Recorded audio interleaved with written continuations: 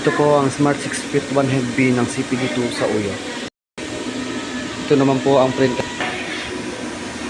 At ito naman po ang capping. Head clean.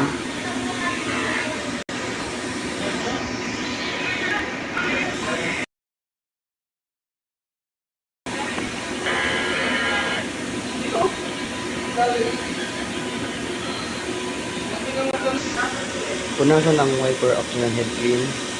Kaya ang printer head area. Ito naman po yung ink tank. Nasa tamang level naman po. Ito naman yung AVR. Ito naman po yung waste tank. Nabag na po siya last week. Ito naman po yung ICC profile. Last week po nakapag-run po kami ng total of 86 meters. Sa consumer numbers naman po ito po sa paper. Sa ink naman po sayan.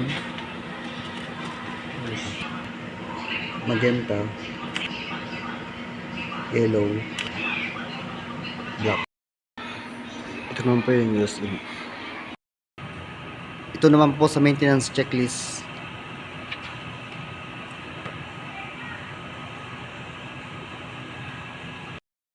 Ito naman po yung inventory sa Vivid Ink.